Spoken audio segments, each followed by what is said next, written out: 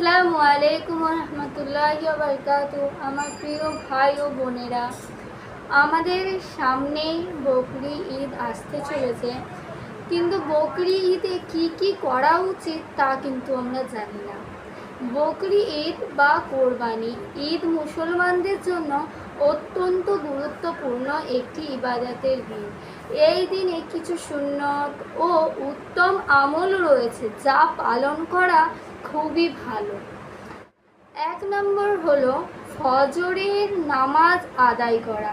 দিনটি শুরু করুন ফজরের নামাজ দিয়ে এবং আল্লাহর কাছে দোয়া করে। 2 নম্বর হলো গোসল করা ও পরিষ্কার পরিচ্ছন্ন থাকা। ঈদের দিনে গোসল করা, সুগন্ধি ব্যবহার করা এবং পরিষ্কার কাপড় পরা সুন্নত। 3 নম্বর হলো সুন্দর ও পরিপাটি পোশাক পরা।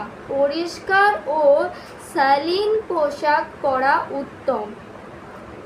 4 নম্বর হলো ঈদের নামাজ আদায় করা। মসজিদ বা ঈদগাহে গিয়ে ঈদের নামাজ পড়া গুরুত্বপূর্ণ। ঈদের দিনে তাকবীর পড়া সুন্নত।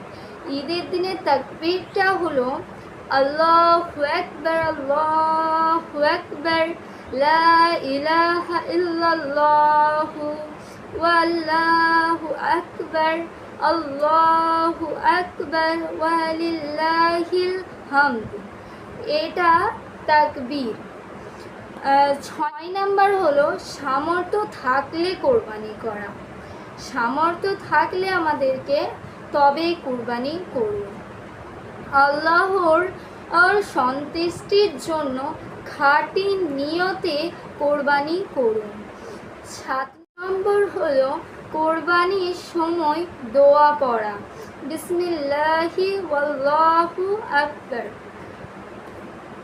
এগুলো আমাদেরকে মনে রাখতে হবে।